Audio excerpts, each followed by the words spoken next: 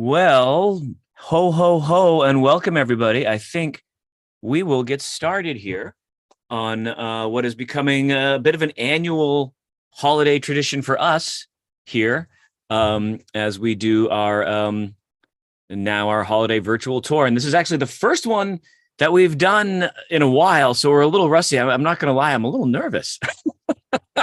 I think we all had a little frantic rehearsal time trying to remember, okay, how do we do this? How do we screen share? What happens when we screen share? In fact, just now when the screen share stopped and my screen changed, I panicked for a second and thought I got kicked off. So looks like I'm still on. And it also looks like we have a lot of familiar faces. So I really appreciate people coming back, including one of our former guides, Rachel Grundy. I saw, really excited to see that. Mr. Steele and Julie, good to see you again. All sorts of Christy, Amanda. So thank you all so much for indulging us here again on our holiday tour here. I'm going to introduce the others who are joining me today. If you've done any of our other virtual tours, you will probably recognize them. Becca and Kurt, if you could join us now officially onto the screen. They have been working on multiple virtual tours for quite some time. Becca, of course, hails from Maine, recently married. And because I'm really paying attention to details, you get your hair cut. Did you not? I did, like 6 months ago. Thanks for noticing. Yeah, I pay attention to details. An astute one with that. But she got married in Paris, not Paris, but in France. Yeah, in France, around Paris. Okay, nearby. So I didn't get to see it because I wasn't invited. Yeah, but the pictures that I saw that were on social media were quite lovely. So congratulations there. And then, of course, Kurt Kingsley, who's actually probably been on our tour longer than anybody, an epic stalwart historian, very passionate about the Christmas spirit, passionate about literary history and tours and research and cats. And hopefully his cat will make an appearance here at some point. So thank you both for joining today. I do want to give a couple shout outs. Rose Merritt was supposed to be with us today. Unfortunately, she is not feeling well. But she has contributed a lot to the script, including continuing to refine it from our version that we did last year. She has really been a very passionate supporter of our tour from the beginning. So we miss her dearly. We hope she gets a chance to see the record and see the fruits of at least her labor. Also, I want to give a shout out to Justin Steve, who has a baby, and apparently his priorities are leaning towards that way, and his wife has to work. So when she works, he has to be with the kid, and it's a real issue that we're going to have to sort out.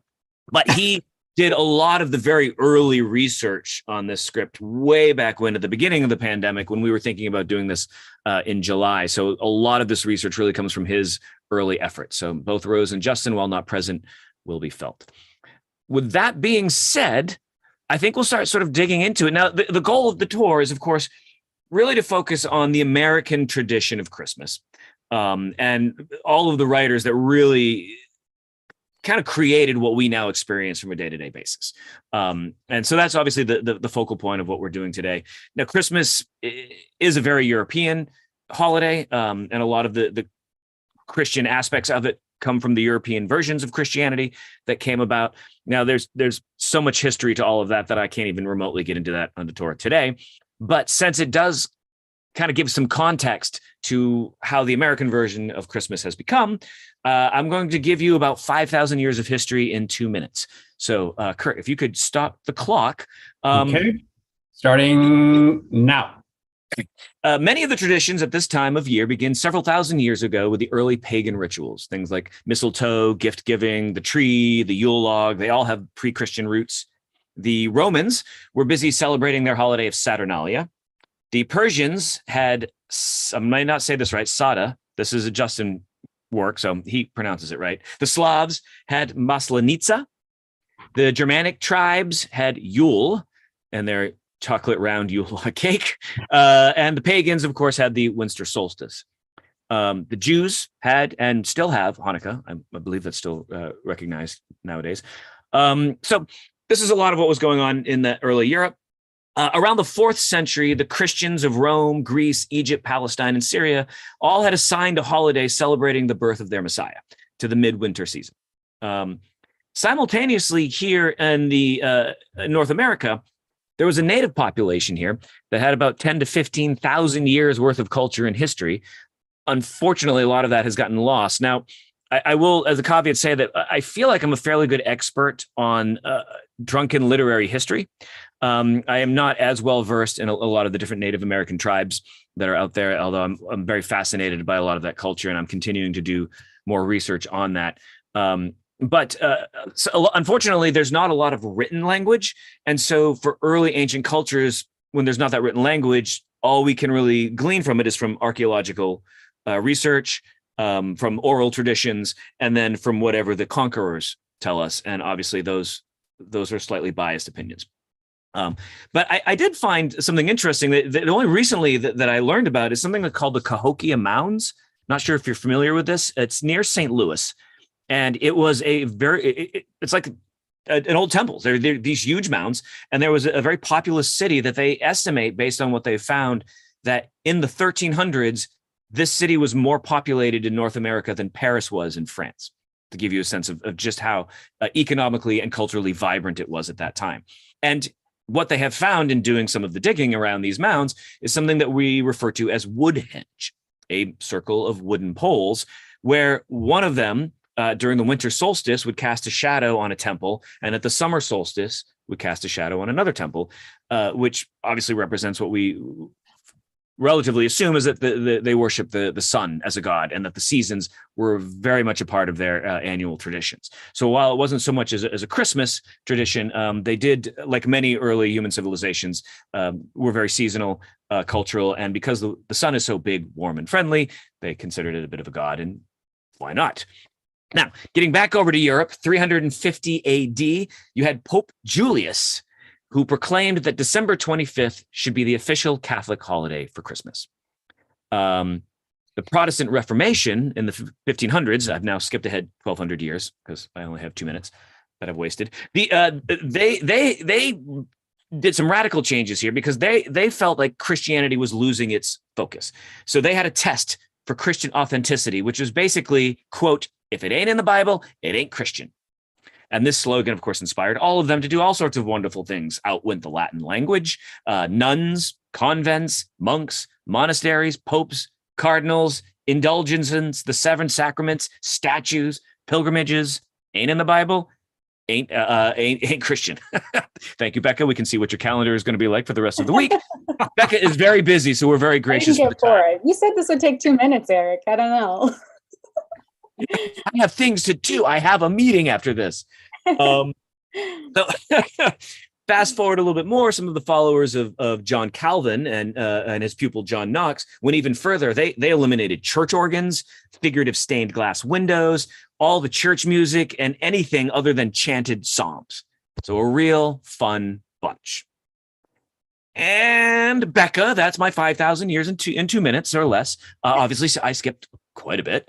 But it does give us a little bit of a sense of the mindset of the early Europeans who would soon venture across the wide sea to bring these Christmas joys to the New World. But now, the principal European nations that explored and colonized the quote unquote New World were the Spanish, the Portuguese, the French, and the English. And each one of them brought their attitudes towards Christmas. For the Spaniards, and the Portuguese, and the French, who were all Catholics, and their indigenous converts, Christmas was openly celebrated. Now, the English colonies of Virginia, the Carolinas, Maryland, and later Georgia also had no problem celebrating the December 25th birth of Jesus Christ. But the wild and crazy English Puritans who settled New England and Long Island, and the Quakers who settled Queens, Christmas was discouraged, if not outright forbidden. For the Dutch colony of New Netherlands, which was founded as a commercial venture rather than a dumping ground for religious malcontents, the situation was a little more nuanced. The population was more diverse, and the governor was forced to be a little more tolerant. New Amsterdam was home to Dutch Calvinists, German Lutherans, French Huguenots, Anglicans, Quakers, Presbyterians, Baptists, and Jews. Catholics were officially banned from immigrating, but there was a small Catholic minority that attended religious services in private homes, under the radar, as it were. And Christmas was observed by some Christians and condemned by others, and by some it was just ignored. Now, as the colony changed hands to the English and later to the Americans, Christmas remained a bit of a controversy. With the freedom of religion enshrined in the Constitution, the ban on Catholic immigration was lifted. New York's population surged from 25,000 in 1776 to 152,000 by 1820. Catholics from Ireland and Germany arrived en masse and brought their Christmas traditions with them. This did not sit well with the Protestants who were already here. Christmas opposition took the forms of defacing statues, attacking nuns. Actual photos from the time. Yes, indeed. And of course, the nuns do fight back. So, and of course, the harassment of Irish and German taverns, if you can imagine, which were desecrating the Sabbath, apparently, by opening on Sunday afternoons. But, nothing could stop the Catholic immigration. So the Protestants decided to retreat north to a newly laid out square called Washington Square, pictured here, with the original wood and plaster Washington Arch, and you can see homes close by it. The Protestants assumed the reins of power from here, where you could find elite bankers, mayors, intellectuals, industrialists, and inventors. But Christmas cheer could not be found in Washington Square. Where was it? Oh, well. Where was it? Where was it? There it is. One of my favorite films. Christmas joined the ranks of slavery, women's rights, corruption, immorality, crime, drugs, prostitution, gambling, and alcohol as a major moral issue of the day that risked plunging the city into chaos.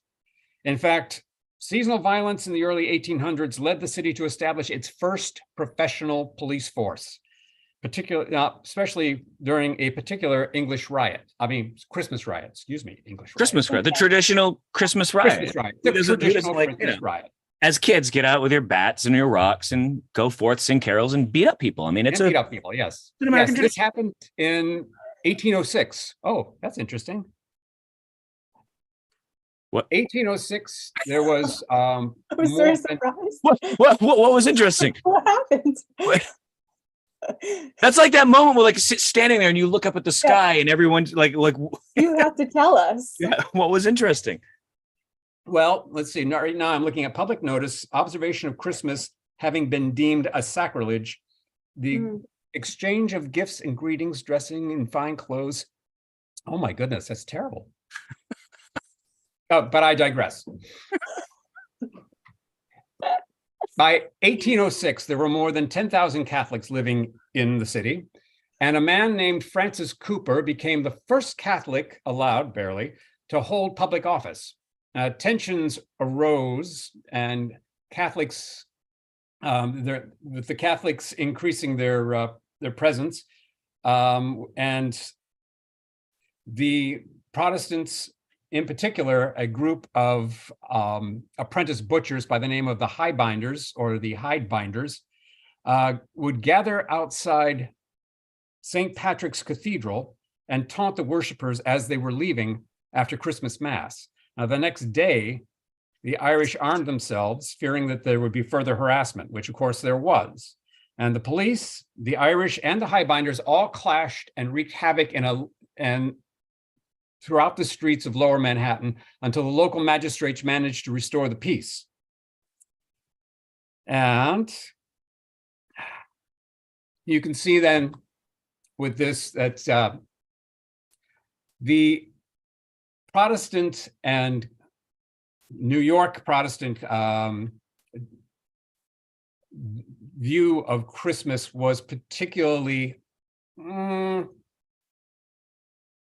edgy, I would say. And yeah, but one wonders how Christmas ever became a New York City tradition in spite of all this division, this outright sectarian violence. Now, the answer can be found in the Dutch population's love of St. Nicholas.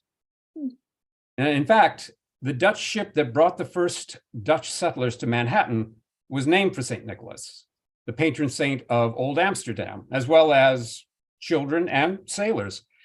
It was long a Dutch tradition for children to get presents on St. Nicholas Day on December 6th, which is his saint's day.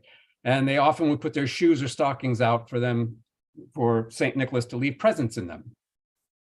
Now, there was indeed a real St. Nicholas who was a bishop in what is now modern day Turkey in the 4th century. Now, his feast day, as I said, was December 6th, and it has been celebrated as a holiday by Northern Europeans since the Middle Ages. Also known as Nicholas the Wonder Worker, he is the patron saint of sailors, merchants, archers, repentant thieves, prostitutes, children, brewers, pawnbrokers, unmarried people, and students. Now, his patronage for the unmarried and pawnbrokers, and I realize now probably prostitutes, stems from the legend of how he rescued 3 impoverished noblewomen from being forced into prostitution by dropping a sack of gold coins through the window of their house each night for 3 nights. And this allowed their father to pay a dowry for each of them. Hence the emblem of his emblem of having 3 gold sacks of gold or 3 gold balls, which we now see today in pawnbroker signs as an allusion to St. Nicholas. Now, there's another popular legend that tells how he resurrected 3 children after they had been murdered and pickled in brine by a butcher who planned to sell them as pork during a famine. This is what makes him the patron saint of children. Now, I love how you research, Kurt. I love where your mind goes when you research.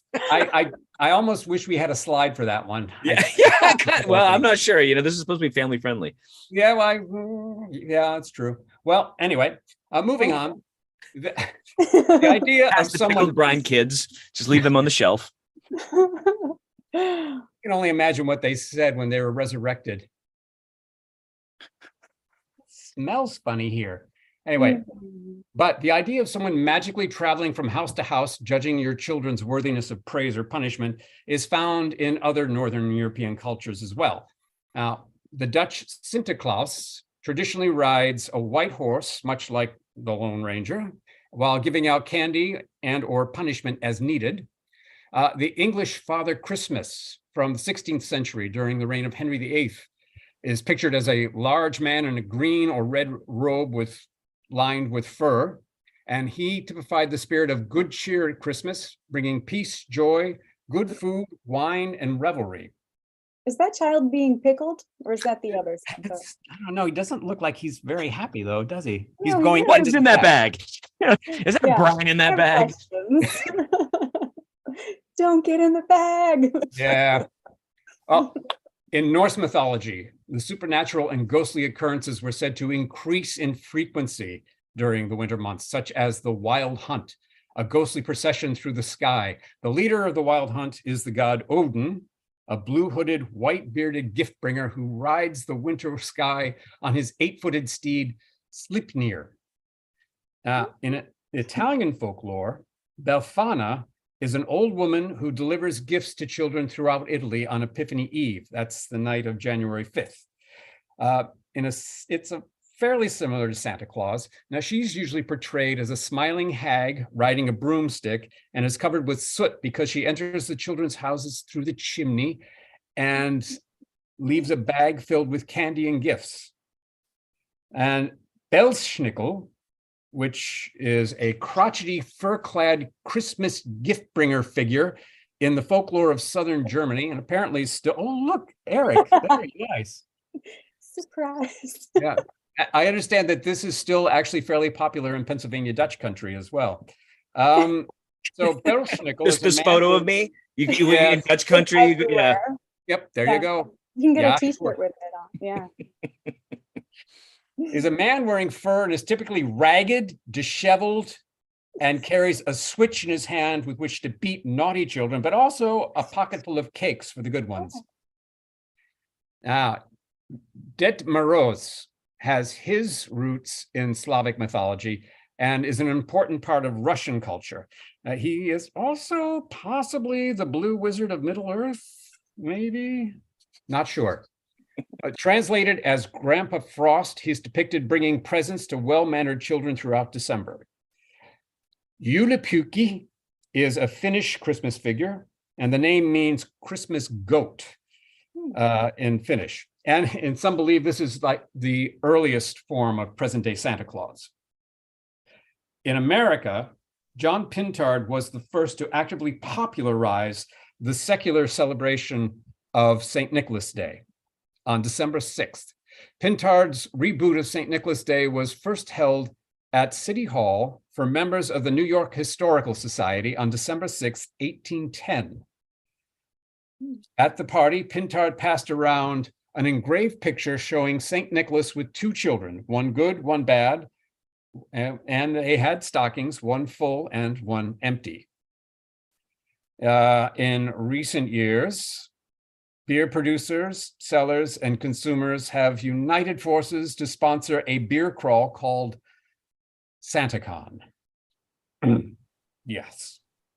Since the first SantaCon in San Francisco in 1994, New York City has claimed the largest, rowdiest, drunkest celebration in the world.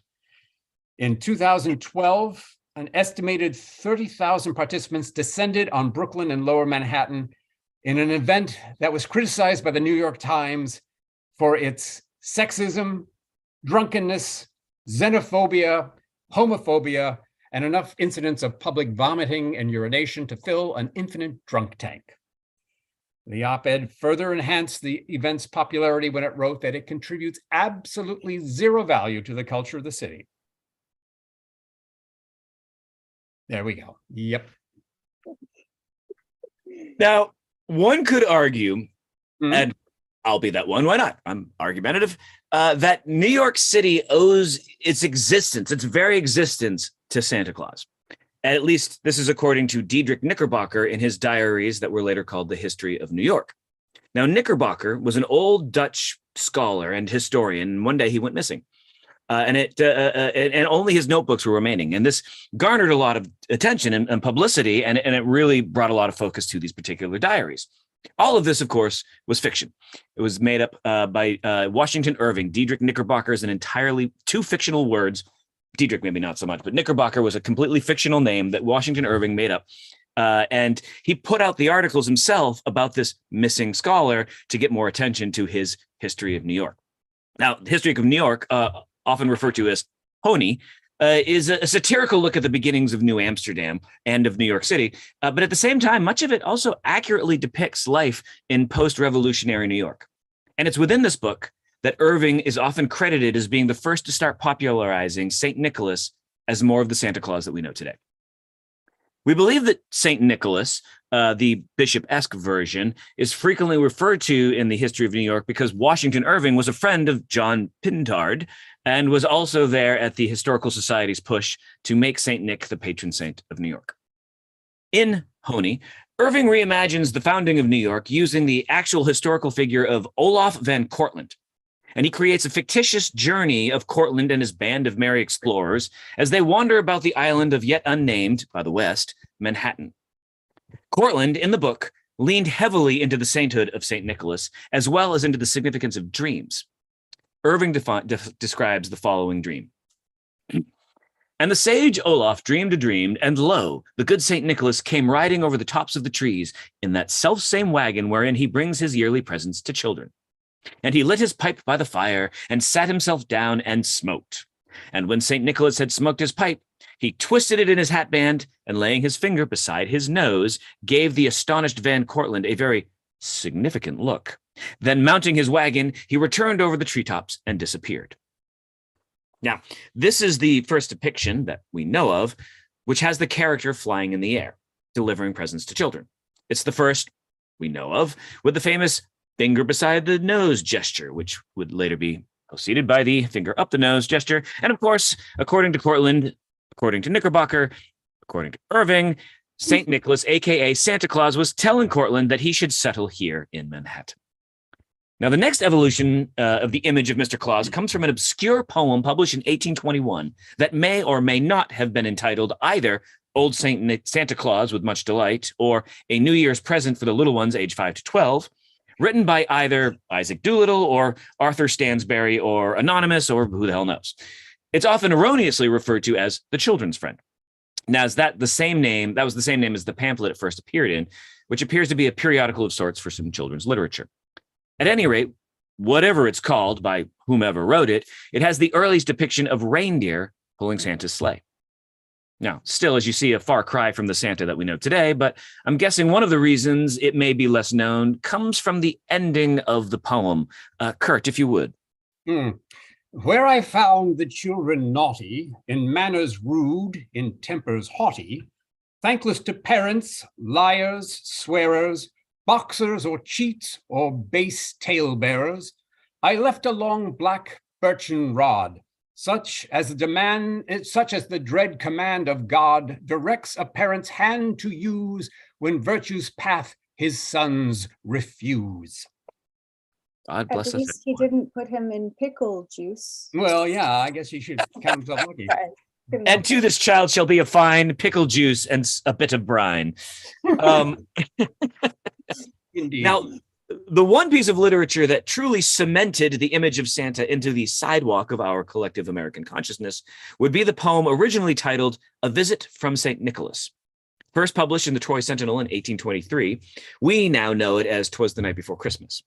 Published anonymously, it very quickly became supremely popular. However, it remained anonymous until some people started claiming it was written by one Clement Clarke Moore.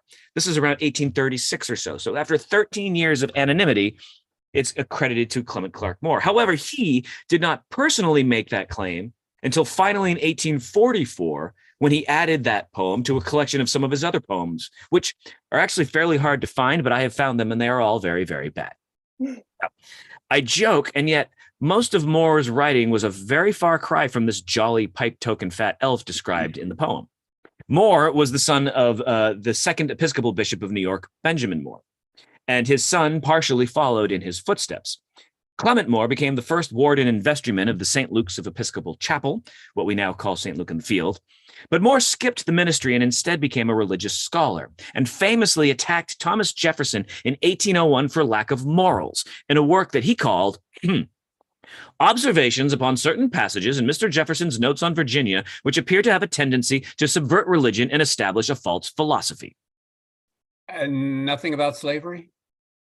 Nothing about slavery, shockingly, because while you can clearly see the beginnings of this Santa myth and creationism here, it is worth pointing out that Moore was a bit of an anti-abolitionist. Now, the legend goes that Moore's wife, on Christmas Eve, found one of the turkeys to be lacking, so he sent her husband off to fetch another. Now, riding in his sleigh through Greenwich Village to Jefferson Market, he was inspired to write this famous poem. Now, the legend continues to suggest that the servant driving the wagon may have been an old white-bearded Dutch gentleman. However, other scholars have suggested that it was most likely driven by his African slave, because Moore was a slave owner and, as I said, not only an anti-abolitionist, a fervent anti-abolitionist. Perhaps frothing fervent anti-abolitionist. God. So, if you are having trouble picturing this man writing that poem, "'Twas the Night," you are not alone. He has been described at times as dry, stuffy, a curmudgeon by some. Much of the other poetry seems to condemn fun, discuss immorality, and preach proper behaviors, especially in children. One early poem of his apparently condemns dancing, music, dress, and cosmetics of the girls of Manhattan. Shame, shame, heart-rending thought, deep stinking stain. Now, one source claims his friend, William Bard, describes his writing as angry, surly, uncourtly, and waspish. Clement Clarke Moore was also with Pintard and Irving at the Historical Society's St. Nick presentation. So, years later, Irving, being a friend, combined interest in St. Nicholas, invited Moore to a Christmas celebration, but Moore declines, saying that Christmas was not a time to be jolly. In 1806, Moore is said to have condemned the anapestic satire of poetry of that time, the, quote, depraved taste in poetry and the, quote, bawd of licentiousness of the authors. Anapest poetry, the style that Moore seemed to hate, is a formal poetry style that deals with a particular stressed syllable style that lends itself to rolling, longer sentences and humorous topics. Probably one of the best examples of Anapest poetry is "'Twas the Night Before Christmas." Now, the counter to this is in the person of Major Henry Livingston Jr. He wrote many poems anonymously, often very humorous, silly, and witty, and a good majority of them was for children. He was a farmer, a lover of nature and of country life. He wrote poems, painted pictures, drew maps, went to dancing parties, was fond of music. He played both the violin and the flute, loved children, admired pretty girls, was a fun maker, and had a favorite exclamation, "Thunder and Bliksem," which is roughly Dutch for thunder and lightning. He contributed poems and prose satires to newspapers under such quirky names as Signor Whimsicalo Pomposo and Professor Zeratov Charlo. His mother was Dutch, and there are many strong Dutch references in the poem. In the original printing of the poem, 2 of the reindeer were named Dunder and Bliksem. In 1844, Moore changed it to Donder and Blitzen, and it was later changed again to Donner and Blitzen. Now, the story goes that after Livingston's death, his children came across Moore's published works and freaked out because they recall hearing that poem as children when they were young in 1807, because you're young as you're a child. They never heard of Clement Clarke Moore, and they had no idea that the poem had been published. They were adamant that this was plagiarism and that the poem was actually their father's. Now, all linguistics studies comparing the 2 styles strongly suggest Livingston is the actual author.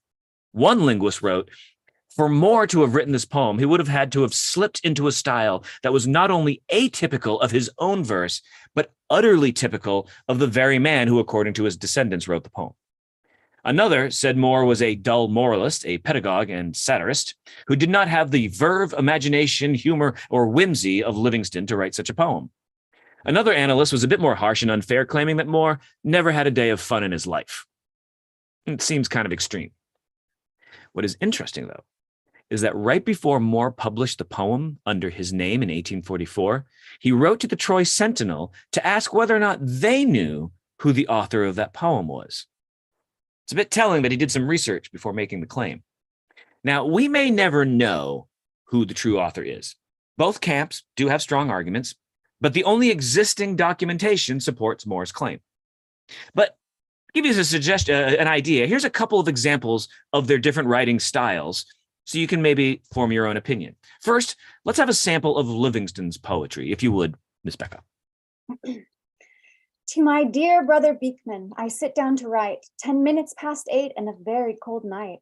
Not far from me sits with a ball and sea cap on our very good cousin, Elizabeth Tappan, a tighter young seamstress you'd ne'er wish to see, and she, blessings on her, is sewing for me. New shirts and new cravats this morning cut out, are tumbled in heaps and lie huddled about. My wardrobe, a wonder, will soon be enriched, with ruffles new hemmed and wristbands new stitched. Now for news, my sweet fellow, first learn with a sigh, that matters are carried here gloriously high. Such gadding, such ambling, such jaunting about, to tea with Miss Nancy, to sweet Willie's rout, new parties at coffee, then parties at wine. Next day, all the world with the major must dine. Nice. You could really hear, yeah. Anyways, now let's have an example, in fairness and contrast, to one of Moore's poems from the same collection as "'Twas the Night Before Christmas." Oh my. Kurt, if you would, please. I will. To you, ye nymphs, inspirers of my song, no features here portrayed I trust belong. But should I see a girl at knowledge aim, because philosophy's a handsome name, or who would learn because fashion's so, and reckon science as she would a bow? This truth the trifler from my lips should know, when nature shall forget her established laws, and chance take place of an omniscient cause, when every creature some strange power shall know, that swims in air or treads the earth below, when bees forget their wonted skill, shall idly flaunt while butterflies distill the liquid sweets and build the curious cell, then may true wisdom grace a fluttering bell. In summation, girls will learn science when pigs fly. Yeah. Merry Christmas, Mr. Moore. So, whether you choose to be in the camp of the jolly and silly man who loved dance, music, drink, and signed his work Senior Whimsicalo, or the slave-owning religious fundamentalist who thinks girls can't learn science, I'll leave that to you. Whichever camp you land in, though, I think both camps can agree that whether old or young, we all get in the Christmas spirit when we hear that the creatures weren't stirring, not even that mouse. And that's worth raising a glass to. So, a toast for those of you who have joined us with a drink or perhaps saw our Instagram post and slaved laboriously to put together our yearly holiday punch. Kurt, could you share a toast with us? To Christmas, a day when cheer and gladness blend, when heart meets heart and friend meets friend. Cheers. That comes to us from J.H. Fairweather. Beautiful. British man. And from Emily Post, here's to the year past and friends who have left us. Here's to the present and friends who are here. Here's to the new year and the new friends who will join us. Emily Post. Oh. And I do need one brief second because I am realizing now it's my turn to take control of the slideshow. So let me just get into position. And Becca, take the reins, please. All right. That brings us to Mr. Charles Dickens. What would Christmas be without Charles Dickens and his legendary tale? An appeal to the people of England on behalf of the poor man's child. Okay, that might not be exactly what we know it as today. We probably know the real title of A Christmas Carol now, but it did actually start out as a political pamphlet pleading for child labor reform. Now, Dickens was a social critic. He was a rebel who openly spoke out against England's treatment of the poor, and he's been hailed as one of the greatest English authors of the Victorian era, and some even say since Shakespeare. But today, we're going to talk about when Charles Dickens came to New York City and his influence on American Gothic literature, Christmas ghost stories, and the way that we celebrate Christmas today. Now, Dickens traveled to America twice in his lifetime, first just before the American Civil War, and then again after the war ended, towards the end of his life. And before planning his first trip, Dickens received a letter from someone that Eric just told us a little bit about, Washington Irving, in praise of his recent publication. Thanks for the reference shot, Eric, in case you guys forgot who he was by now. He was praising the Curiosity Shop, the old Curiosity Shop. Now, Dickens, in case you needed more of Eric, Dickens was absolutely thrilled. You see, he had greatly admired Irving's work since he was a young child, and many of his own Christmas tales were directly inspired by some of Irving's pieces, in particular in The Keeping of Christmas at Bracebridge Hall, which it focuses on bringing forth good old-fashioned English Christmas traditions. And these two men shared the belief that with Christmas as the catalyst, we can bring forth societal reform and actually close the class gaps by restoring faith in things like kinship and goodwill and just generally being a good human. Dickens lovingly replied to Irving's letter saying, "I wish to travel with you down to Bracebridge Hall." Now, after many more letters passed between them, Dickens made his first trip to the United States in January of 1842. He spent a full month in New York City. He got to hang out with Irving and many other writers like Longfellow. He celebrated his 30th birthday here. He attended the Great Boz Ball at the Park Theater. He gave lectures. He visited prisons and hospitals and the Five Points neighborhood. He attended a lot of fancy dinners, and he was followed around by troves of adoring fans wherever he went. Now, while all of this sounds fabulous, Dickens' experience was not all glitter and gold. You see, his primary reason for coming here, apart from seeing Irving, of course, was to fight the good fight for international copyright laws due to the gross piracy of his work overseas. Now, the US press and people felt that he should just be more grateful for their love and admiration, and he ended up getting a lot of negative press while he was here. He also happened to publish two pieces about his experience afterwards, American Notes and Martin Chuzzlewit, which basically covered topics like, the grotesque mistreatment of slaves at the time in the US, as well as our lack of hygiene. And it also satirized American greed, fraudulent behavior, and excessive selfishness. Now, in an ironic twist, Dickens had spent way too much money on his tour in America, and he had 10 children back home to feed, so he needed to make a fast buck. Enter A Christmas Carol. I do want to point out that in our research, we've encountered two main motivators for his writing this tale. One, the most prominent being his interest in driving child labor reform, thus the original form and title of that political pamphlet. But he felt that a more relatable narrative would make a much larger impact. He even used the word as sledgehammer, like he wanted to put a sledgehammer down on the wealthy society. And two, because he legitimately spent way too much money in New York City. I mean, if anyone's ever tried to buy a cocktail on a Friday night, you probably understand where he's coming from. And he basically consisted on a diet of like champagne eaten with sherry and eggs the whole time, for every meal, while decked out in diamonds and velvet. So he did not hold back. But if we've learned anything from Dickens, it's that humans are complex, right? And it's entirely likely that it was both child labor reform and the need to feed his 10 children that motivated him to get to work. He wrote the masterpiece in just 6 weeks, which blows my mind, releasing it just in the Saint Nick of time for Christmas, December 19th. You're welcome, Eric, 1843. Now, if you're wondering, okay, how do you write something like this, which basically runs Christmas now in just 6 weeks? Well, if you look in his journals and his diaries, he says that he wrote into the wee hours of the night, relying on his practice of nocturnal walking, of course, where he would just walk about the black streets of London, 15 or 20 miles a night, many a night, while all the sober folks had gone to bed, allowing the tale to just unfold before him while he wept, and he laughed, and he wept again. Unfortunately for Dickens, the weeping would not end there.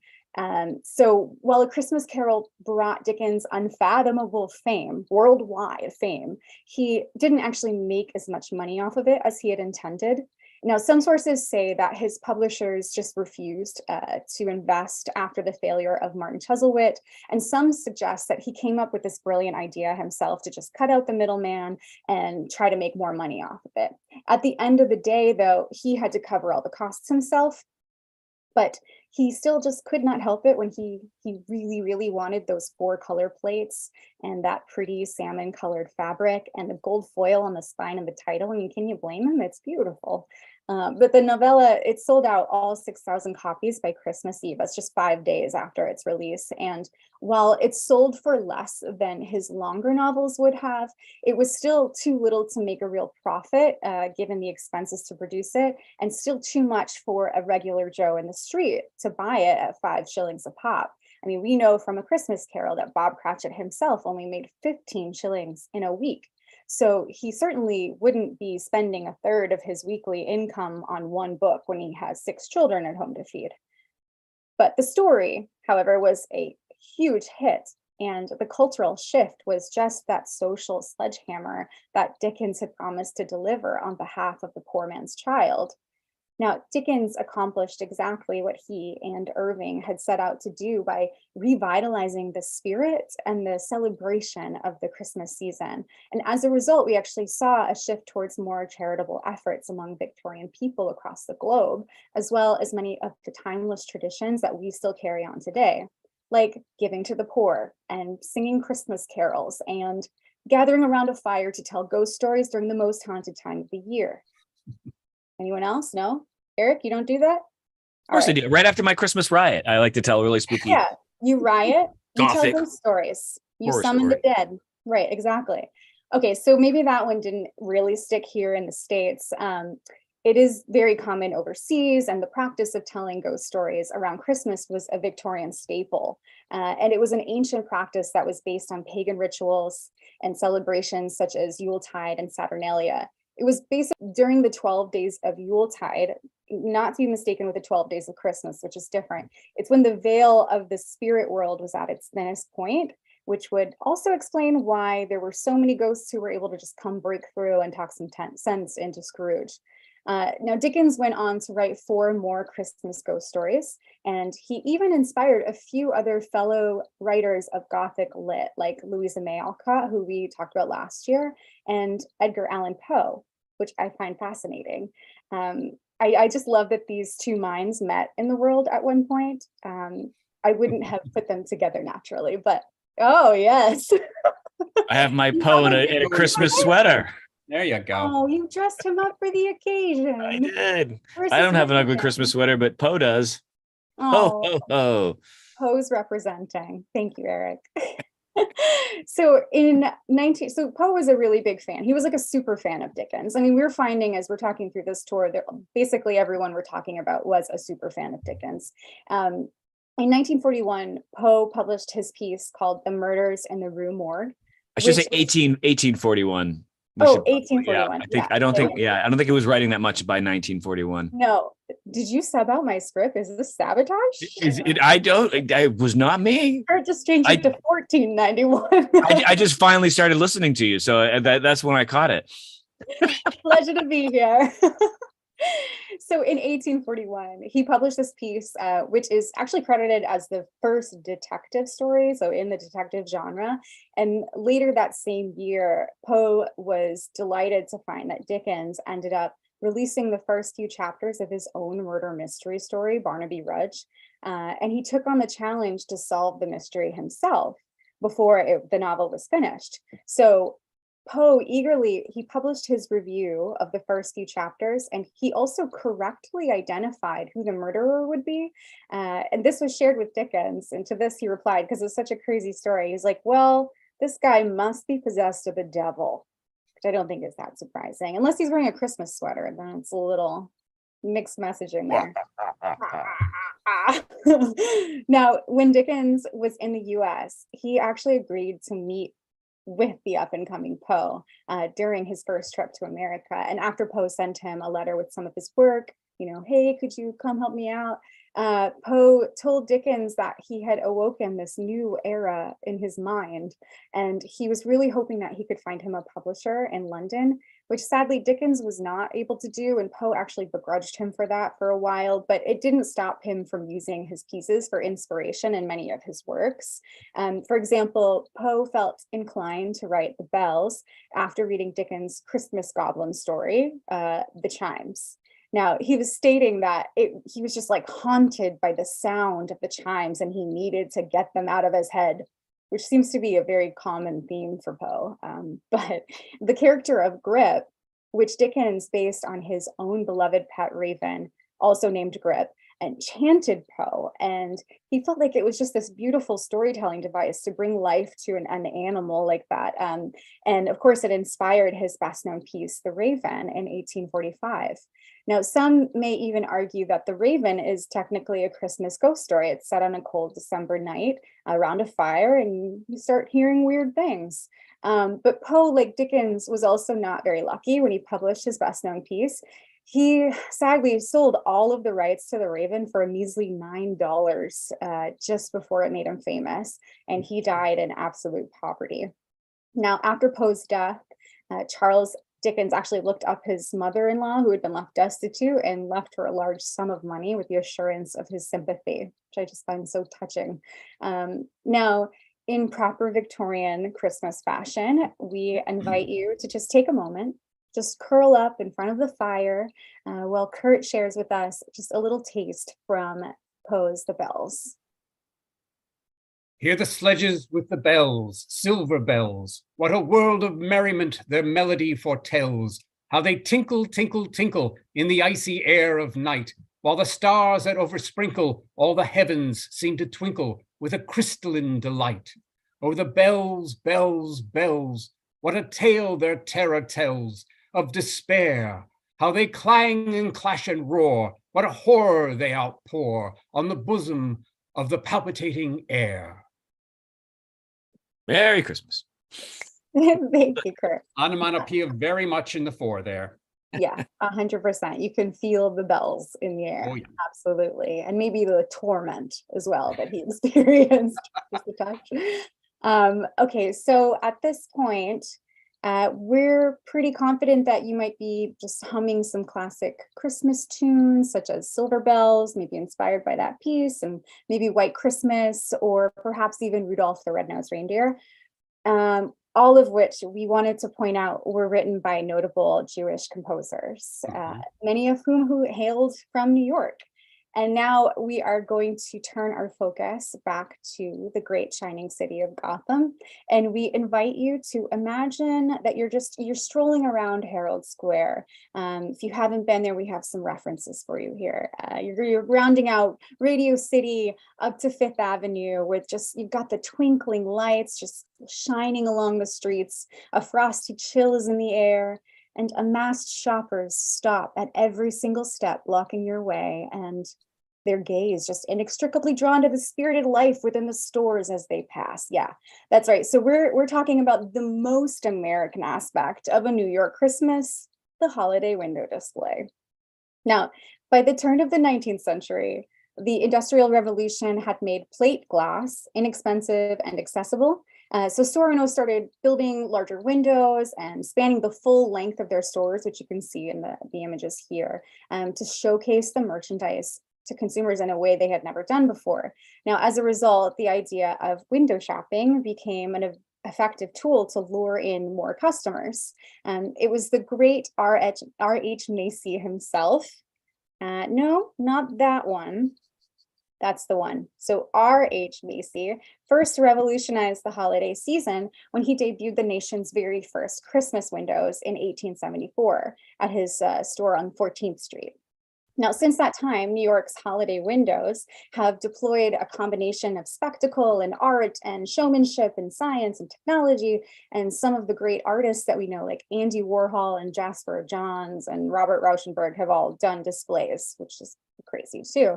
In 1939, Salvador Dali actually had set up a Bonwit Teller window by placing a mannequin just sleeping upon a bed of hot coals.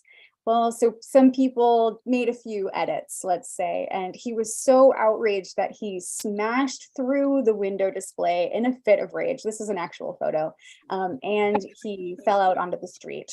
Also actual photos. The first one really is. Now, another merchant who popularized the commercialization of the holiday season was Frederick August Otto Schwartz. I have to say that slowly. It's a little bit of a tongue twister. He was a German immigrant who initially opened a toy store in Maryland, actually, like in the middle of the Civil War, and then later in New York City in 1870, originally known as the FAO Schwartz Toy Bazaar, or FAO Schwartz as we know it today. And in 1896, he declared the New York City location as the original Santa Claus headquarters, making it the toy capital of the nation. But the individual who perhaps single-handedly transformed Christmas time into a fuller holiday season was one Adolph Simon Ox. Now, he was a newspaper publisher who bought the New York Times in 1896, and in 1904, he moved the headquarters to the bustling theater district, Long Acre Square. To celebrate the initial move and the coming new year, he hosted these outdoor fireworks displays, and he also convinced the mayor to build a subway station there, and Long Acre Square was renamed to Times Square that same year. Now, eventually, the crystal ball drop became the highlight of the celebration on the same spot at One Times Square, where Ox had started the tradition. And in short order, the holiday season extended from Christmas all the way to New Year's. And some of us start, I guess, at Halloween or even September when they start putting the things in the stores. But basically, we have Ox to thank for both Times Square and the New Year's Eve ball drop, both of which I personally choose to avoid. But I appreciate that they're there. Appreciate the spirit of it. And actually, it's funny because in old New York, Edith Wharton, who wrote quite prevalently about sort of New York lifestyle at the time, she describes the New York holiday tradition of throngs of visitors who pass from one brownstone to another, the merriment of greetings, the bowls of punch, and tables laden with food. But this was also about New Year's Eve. Much of the tinsel and the fanfare about the holidays first centered around the New Year. Indeed, if you read Dave Wondrich's, I'm not sure I said that right, spirited history book, Punch, Wondrich's, you find that there is an old Dutch tradition on January 1st called the New Year's Call. Up until the end of the 19th century, this event involved gentlemen going from house to house, saluting their womenfolk, and imbibing a glass of punch in the sideboard table before strolling on to the next. According to socialite Mary Elizabeth Wilson Sherwood, in her guide, Manners and Social Usages, the customs became quite embedded in the culture. A lady who expects to have many calls and who wishes to offer refreshments should have hot tea and coffee and a bowl of punch on a convenient table, or better still, a silver kettle filled with bouillon standing in the hall so that a gentleman coming in or going out can take a cup of it unsolicited. Now, undoubtedly, festivities tended to devolve by the end of the day with some crews of young knickerbockers, drunk as boiled owls, my new favorite phrase, speeding from house to house in pursuit of more free booze. A Gilded Age SantaCon, if you will. Now, punch as a holiday drink might not ring many bells for you now, but you might be forgiven for thinking of this guy when you think about punch. I do love. Oh yeah, I do love to kind of sit on this slide too, because it's very often that you don't see it falling out there. Becca, I did some research on your history there. Yeah, I also love that I wore red. I didn't even know that was there. My past is coming back. Now, punch, also known as aquavita in the early days of the Union, quite fervently involved a mixture of all the common cold preventatives of the time. Your lemon, your sugar, sparkling wine, and of course, lots and lots of liquor. Any kind, as long as there was lots of it. So, on that note, we should indeed get back to one more toast. One should not talk about punch without toasting to punch with our sort of slider orange concoction here. So cheers again. And in fact, I think a nice way, instead of doing a toast, is to remind us about the importance of sharing and making merry with a quote from our beloved Charles Dickens, who wrote, "A small matter," said the ghost, "to make these silly folk so full of gratitude." "Small," said Scrooge. "Why, is it not? He has spent but a few pounds of your mortal money, 3 or 4 perhaps. Is that so much that he deserves this praise?" "It isn't that," said Scrooge. "He has the power to render us happy or unhappy, to make our service light or burdensome, a pleasure or a toil. Say that his power lies in words and looks, in things so slight and insignificant that it is impossible to add and count them up. The happiness he gives is quite as great as if it cost a fortune." May we all give such happiness. This is a cost of fortune for those of you who are as broke as we are. So cheers. Now, I think that Dickens' quote is fitting, as Christmas Carol really highlights the holidays for the rich and the poor. And much of we have discussed up until now really focuses more on the wealthier classes. And it was not just Dickens who highlighted the plight of the poor. New York has their own sort of patron saint of the poor in the persona of one Jacob Riis. Now, Riis, as you may or may not know, was a Danish-American journalist, photographer, and all-around muckraker who first brought the attention of the masses to the conditions of the poor living in New York's tenements. Now, his most famous work, How the Other Half Lives, interestingly, was first published in Scribner's Magazine at Christmas on 1889.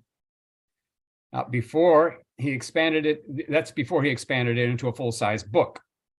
Riis devoted his life and his talents to exposing the conditions of the less fortunate and was an outspoken supporter of spreading wealth to the lower classes. Riis's relationship with his tenement subjects was admittedly a little complicated. His depictions of African Americans being happy with their plight was understandably criticized, while he apparently harbored a strong impatience for other immigrants' struggles. Nevertheless, Riis's work and the subsequent involvement of other social reformers helped to shed light on the grim conditions of New York City's newest citizens. But I ask breathlessly, did you know that Riis also wrote Christmas stories? Now, temper your expectations, history nerds. His stories were, how should I put this? Not great. They featured such classics as The Kid Hangs Up His Stocking, Is There a Santa Claus? Oh, the Krogan's Christmas in the Snow Shed. That's a good one. And of course, that's the title is actually the best part of it, though. And then the riveting Jack's Sermon. Now, suffice it to say, I read a lot of these, so you don't have to. The question that I'm mainly left with after reading them is, who asked him to write these stories? Now, despite their withering and often sometimes proselytizing tone, Riis's Christmas stories not only highlight the humble reality of the tenements, but it also shows the spirited determination of their inhabitants. And one of his better ones, the title is Merry Christmas in the Tenements, Reese wrote, "The lights of a Christmas tree shone against the grimy window pane. The two children are busily engaged fixing the goldfish upon one of its boughs. Three little candles that burn there shed light upon a scene of utmost desolation. The family wash, clammy and gray, hangs on a clothesline stretched across the room. Under it, at a table set with cracked and empty plates, a discouraged woman sits eyeing the children's show gloomily. It is evident that she has been drinking. The peaked faces of the little ones wear a famished look. The boy shakes the branch and the goldfish leaps and sparkles in the candlelight. 'See, sister,' he pipes, 'see Santa Claus?' And they clap their hands with glee. The woman at the table wakes out of her stupor, gazes around her, and bursts into a fit of maudlin weeping." Yeah. That's Ooh. uplifting. Oh, yeah. Well, you know. Who needs a drink now? Yeah. But now, not every Christmas story about the poor ends in misery and weeping, although most of them do, I have to say. That, in fact, there's one of the best Christmas stories ever written is about a couple who's short on means, but they try to give the greatest gift of all to their loved ones. And it tells the story. To tell this story, we need to go first to a bar. Indeed. Our one and only bar on the tour, the beloved Pete's Tavern. The building where it is located was built in 1829, originally as a hotel, we believe, to have been called the Portland Hotel, we believe.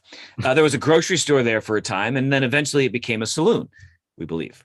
There's some speculation here, at least for one website, that it may have been a saloon as early as 1851. But according to Pete's Tavern's website and their signs, there was a saloon there in 1864. Now, that's the official word.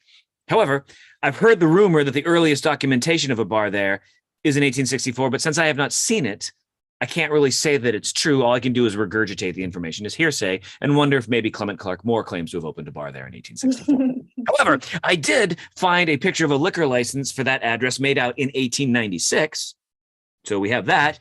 And the owner's name is clearly written there. It may not be quite clearly, but if you get a little bit closer, I don't know what it says. Who can figure it out? But what we do know, and I have seen the proof, is that in 1899, Tom and John Healy opened up Healy's Cafe, as can be seen here with their sign. And it was often referred to as the club by the neighborhood regulars. It was just a quick jump in the timeline.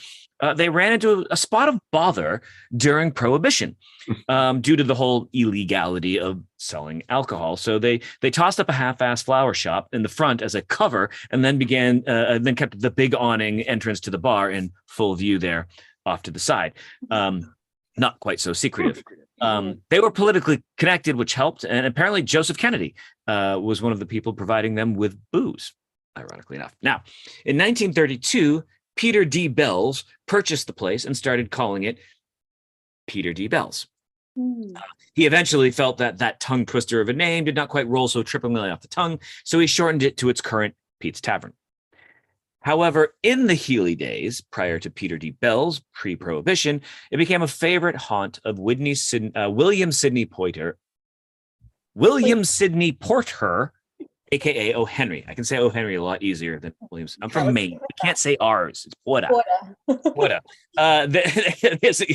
Becky, you're with me, right? I got the can and the can. Yeah. There's a lot of speculation as to, how he ended up taking on the nomenclature of O. Henry.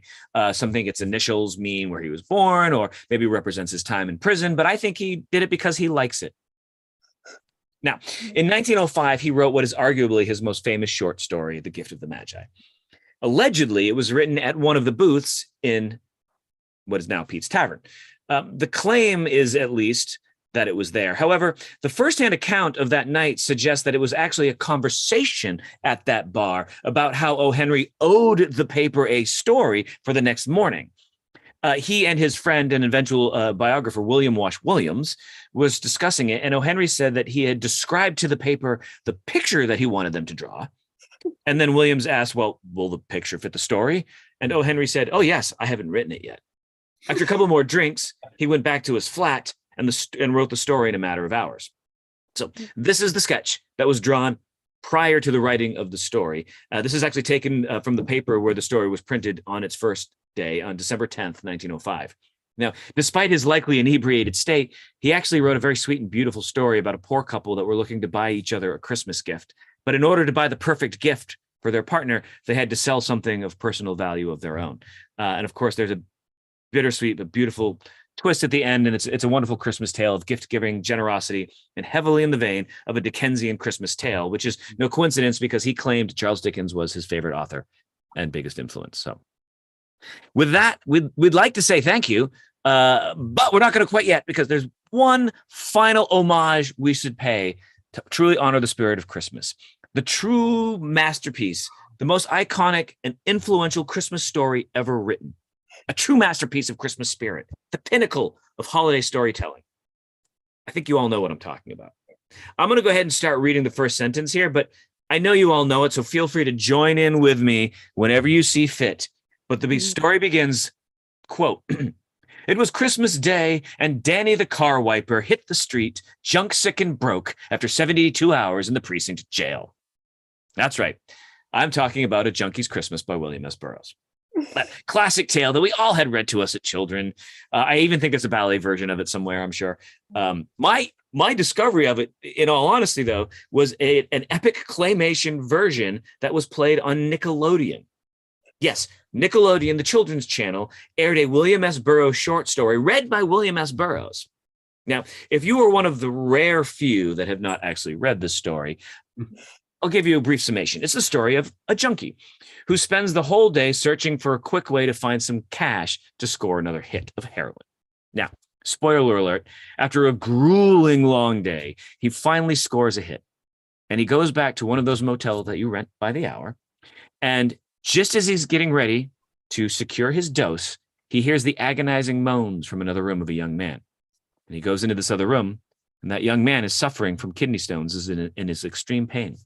And of course, he asks, and the young man admits that no doctor would give him any medicine because they all think he was faking it, and he was really a junkie.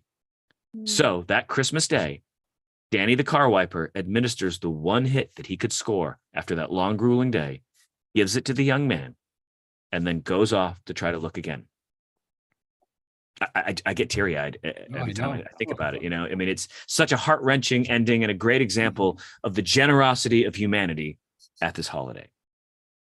But with that, thank you very much for indulging us in 10 minutes past the hour. That's actually not bad. I think we tightened it up from last year. I didn't mention this at the beginning, but this was actually the very first time that we also streamed this on YouTube Live.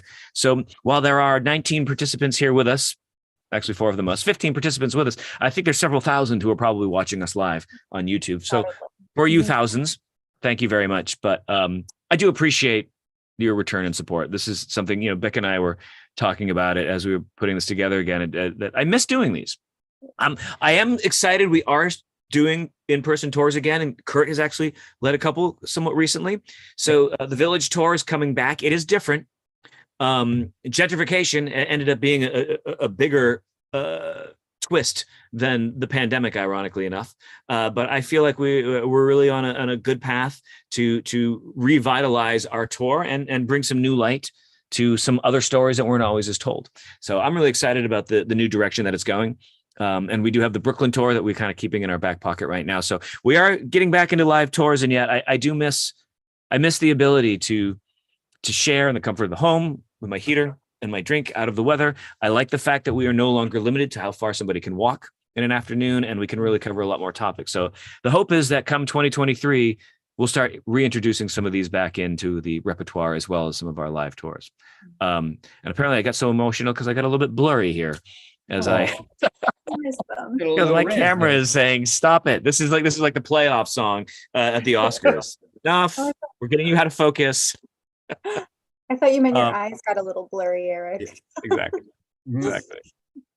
If you have any questions, feel free to toss something in the chat or do something in the Q&A. You can follow us. I guess we're still on Twitter, although I have my opinions of that. We are still on Facebook, and I have my opinions on that. And we are on Instagram. Thank you, Becca. I have my opinions on that, but we are all on those places, and we're slowly starting to get back into that again. But I think the best thing is to sign up on our mailing list and stay in touch, because we do this for love. I can promise you we don't do it from our mortgages, and we will continue to do it for as long as we can, because it does mean something to us. So feel free to ask any questions. Merry Christmas, John Smith. I saw you there. Saw that question earlier. Didn't mean to bring it up there. And otherwise, have a great holiday. Thank you for spending a little before. Drop for your Christmas. Happy Hanukkah. Happy New Year's. Winter solstices. Mhm. The strange Italian witch, may she come visit your home. Happy Festivus. Thank you, Evangelia.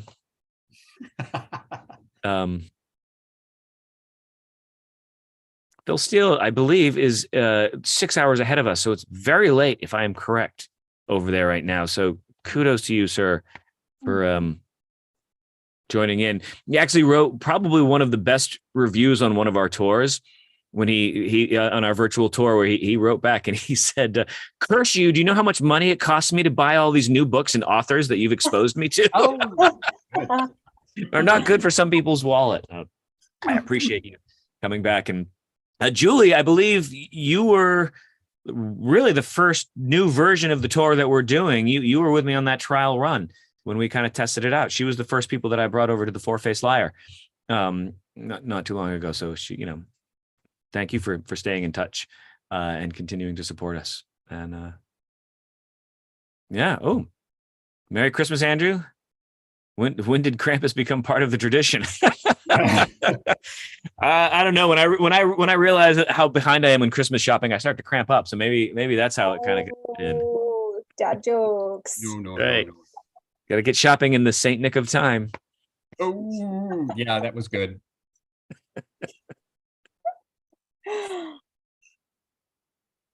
Okay. Well, thank you all.